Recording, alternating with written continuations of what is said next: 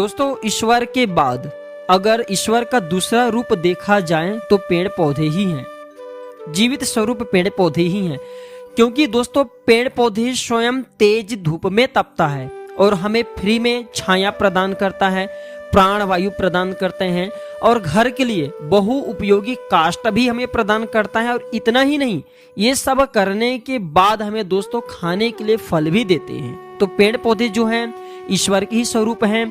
पेड़ पौधे इतना ज्यादा बहु उपयोगी हैं जिसकी कल्पना आप नहीं कर सकते। इसलिए दोस्तों हमारे प्राचीन ग्रंथों में या फिर हमारे वेद शास्त्रों में पेड़ पौधे को ईश्वर की स्वरूप बताया गया और हम हिंदू भाई पेड़ पौधे को ईश्वर मान करके पूजा करते हैं। नमस्कार गुरुजी।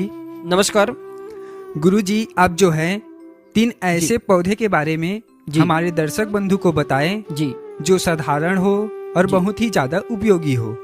जी बिल्कुल। आज मैं 3 पौधा के बारे में बताऊंगा जो उपयोगी होगा हमारे दर्शकों के लिए। आपके क्या प्रश्न थे वो भी बोलिए।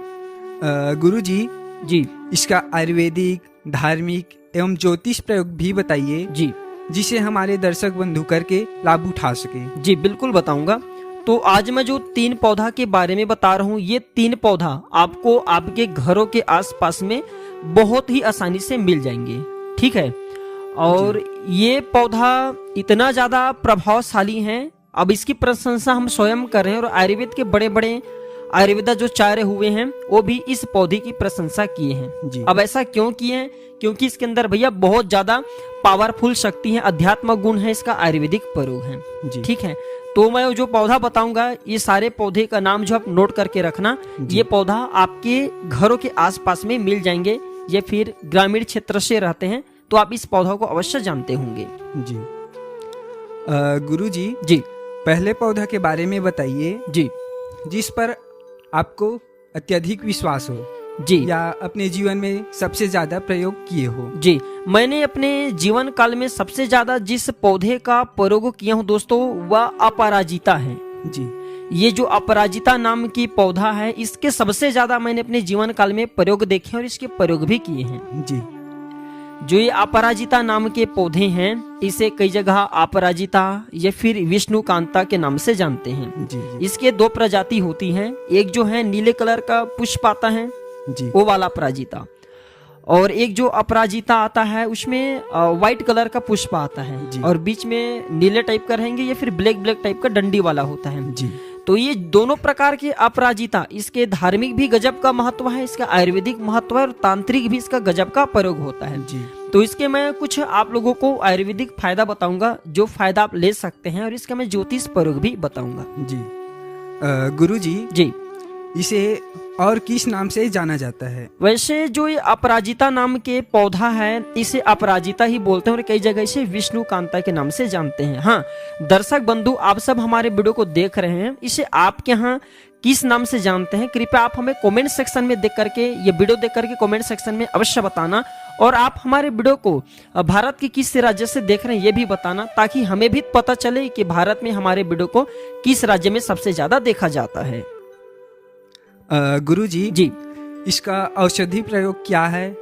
इसे किस बीमारी में प्रयोग किया जाता है या इसका कार्य क्या है? जी बिल्कुल, मैं इसका आयुर्वेदिक प्रयोग बताऊंगा, औषधि प्रयोग बताऊंगा और कौन सी बीमारी में या फिर इसके किस हिस्से का प्रयोग होता है, ये सारे दर्शक जो है हमारे दर्शक बंधु भाई लोग ध्यान से सुने।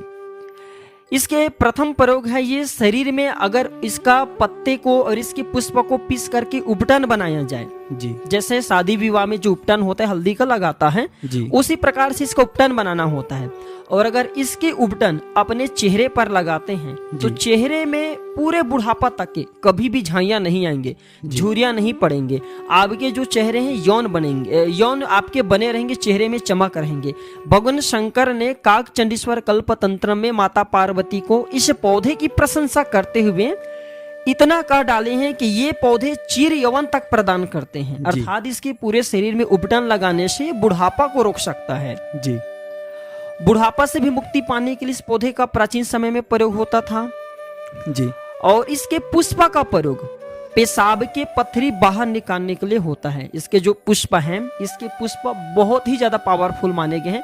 जो पेशाब नाल में पत्थरी अटके हुए हैं उससे 3 से 4 घंटे के भीतर में अगर इसे एक प्रकार के उबाल करके पिलाया जाए तो बाहर निकाल देते हैं। इसका एक प्रयोग और है कि इसे पेड़ों में लगाने से, इसके पुष्प हैं और इसके पत्ते को पीस करके जो अपना नाभि वाला हिस्सा होता है ना, ये आसपास में पेड़ू है, तो पेड़ों में लगाने से ये गर्मी के कारण पेशाब में आ रही जलन को दूर भगाते हैं। जी जी बिल्कुल। गुरुजी जी, इस पौधे का धार्मिक महत्व क्या है? इस पौधे का धार्मिक महत्व, ज्योतिष महत्व ये है कि ये जो पौधा है इसे एक प्रकार के आप जो है भगवान विष्णु के स्वरूप मान सकते हैं। प्राचीन समय में क्या होता था, जैसे बहुत सारे लोग युद्ध इत्यादि करते थे, पहले बहुत ज्यादा संग्राम होता था जी। तो प्राचीन समय के जो जानकार लोग थे, अपराजय रहने के लिए, शत्रु को परास्त करने के लिए इस पौधे की जड़ का प्रयोग अपने शिखा में करते थे। प्रयोग बता रहा हूँ शिखा में कैसे, जैसे इस पौधे की जड़ को शिखा में बांधने से, सिर के ऊपर में बांधने से जैसे कि युद्ध में आप कभी अपराजित नहीं होंगे जी। और आपके शत्रु जो है सम्मोहित हो जाते हैं। इसका ये प्राचीन समय में इसका प्रयोग होता था। जी गुरुजी, जी ये हुआ पहला पौधा के बारे में। जी, अब मैं जानना चाहूंगा दूसरा पौधा के बारे में। जी, बिल्कुल। आयुर्वेदिक, धार्मिक एवं ज्योतिष महत्व। आप किस पौधा के बारे में जानना चाहेंगे? गुरुजी, चिड़चिड़ा नाम के पौधा होता है, जी उसके बारे में जानना चाहूंगा समस्त जानकारी। बिल्कुल, मैं अपने दर्शकों को चिड़चिड़ा नाम के पौधा के बारे में बताऊंगा। देखिए दर्शक बंधु, जो चिड़चिड़ा नाम के पौधा है इसे चिड़चिड़ा, लटजीरा या अपामार्ग, ये 3 नाम से जानते हैं। अब अपामार्ग क्यों बोलते हैं? क्योंकि भैया इसके जो बीज होता है उल्टा होता है। लटजीरा इसलिए बोलते हैं क्योंकि किसी भी कपड़े पे फेंक दे, किसी भी चीज में फेंक दे, ये लटक जाते हैं। अब इसका मैं प्रयोग बता रहा हूँ। इसका नाम, ये बहुत ज्यादा पावरफुल क्यों है ये पौधा, इसके जड़ में देवी गंगा का वास माना जाता है। चिड़चिड़ा नाम की जो ये पौधा है, इसके जड़ में देवी गंगा का वास माना जाता है और अमृत का एक बूंद इस पौधे पर गिरा था, अर्थात स्वयं अमृत ही इस पौधे के रूप धारण किए थे। तो प्राचीन समय में आज भी देखना, जो ऋषि महात्मा लोग हैं आज भी इसके दातून करना पसंद करते हैं, दातून करते हैं। और एक हम वीडियो में भी इसके अच्छे से अच्छे प्रयोग बताए थे। जी गुरुजी, जी इसका औषधि प्रयोग क्या है? जी, इसे किस बीमारी में प्रयोग किया जाता है? जी, एवं इसके क्या क्या कार्य जी है? बिल्कुल बताऊंगा।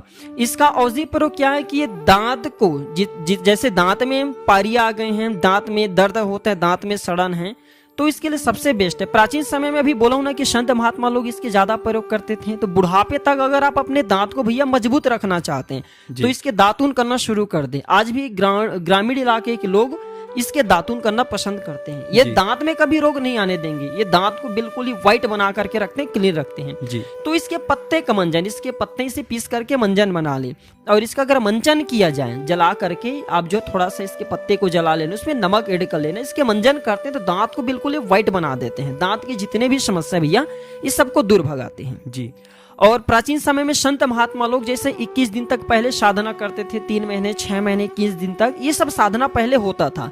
तो भूख खत्म करने के लिए इसके बीज का खीर बना करके खाया जाता था, और लंबे समय से इसके बीज खाने के बाद खीर बना करके भैया भूख नहीं लगते थे। तो भूख से राहत पाने के लिए प्राचीन समय के संत महात्मा लोग ये प्रयोग अपनाते थे, और लंबे समय तक भूख नहीं लगते थे, क्योंकि उनकी साधना में कोई विघ्न बाधा भी नहीं आते थे। तो भूख से भी छुटकारा पाने के लिए इसके जो है बीज का प्रयोग होता है खीर बना करके। जी। इसका गजब का प्रयोग हमने अपने जीवन काल में देखे, बिच्छू दंश को दूर भगाने के लिए। जैसे किसी को बिच्छू काट लिए हैं तो बिल्कुल आप विलंब ना करें, इस पौधे को जड़ सहित उखाड़ करके लाइए। जी हाँ ना, बस इस पौधे से प्रार्थना करना कि मैं बिच्छू के जहर को खत्म करने के लिए आपको प्रभु ले जाने आए, क्योंकि हर एक पेड़ पौधे ईश्वर के स्वरूप होते हैं। फिर इसे उखाड़ करके आप जो है जा करके जहाँ पे बिच्छू ने दंश मारे, डंक मारे, पीस करके इसके जड़ को लगा देना, 15 से 20 मिनट में राहत मिल जाएंगे। जी। इसके बाद ये गर्भाशय के संकुचन को दूर करता है। जैसे कि डिलीवरी में समस्या रही, माता बहने जो गर्भाशय संकुचित हो जाते हैं ना, बच्चे जो गर्भ से बाहर नहीं निकलते, तो इसके जड़ को कमर में बांध देना, 20 से 25 मिनट के भीतर में, ज्यादा से ज्यादा आधा घंटा लगेंगे, बच्चे जो है गर्भनाल से बाहर निकल जाएंगे। फिर इसके बाद क्या करना होता है, इसके जड़ को आप जो है किसी जल में या फिर नदी में जो विसर्जित कर देना, है ना। जैसे बच्चे बाहर निकल जाते हैं भैया, इसे जल्दी विसर्जित करना होता है।